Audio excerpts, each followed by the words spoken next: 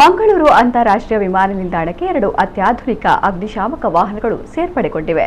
ಈ 2 ಅಗ್ನಿಶಾಮಕ ವಾಹನಗಳು ಸೇರ್ಪಡೆಯೊಂದಿಗೆ ವಿಮಾನ ನಿಲ್ದಾಣದಲ್ಲಿ ಅಗ್ನಿಶಾಮಕದ ಸಾಮರ್ಥ್ಯ ಗಮನಾರ್ಹವಾಗಿ ಹೆಚ್ಚಳವಾಗಿದೆ. ಅಗ್ನಿಶಾಮಕ ವಾಹನಗಳನ್ನು ಆಶ್ರಯದಿಂದ ಆಮದು ಮಾಡಿಕೊಳ್ಳಲಾಗಿದ್ದು, ರೋಸೆನ್ ಬೌರ್ ಕಂಪನಿ ಈ ವಾಹನಗಳನ್ನು ತಯಾರಿಸಿದೆ.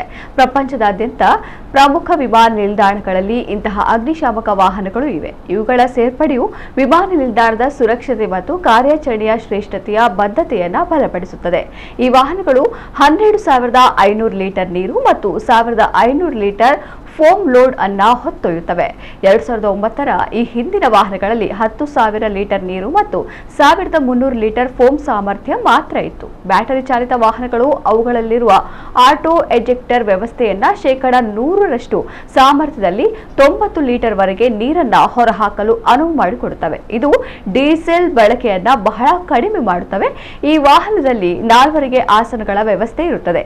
ಗಂಟೆಗೆ 120 ಕಿಲೋಮೀಟರ್ ಗರಿಷ್ಠ ವೇಗದಲ್ಲಿ ವಾಹನಗಳು ಸಂಚರಿಸುವ ಸಾಮರ್ಥ್ಯ ಹೊಂದಿವೆ ಎಂದು ಪ್ರಕಟಣೆ ತಿಳಿಸಿದೆ.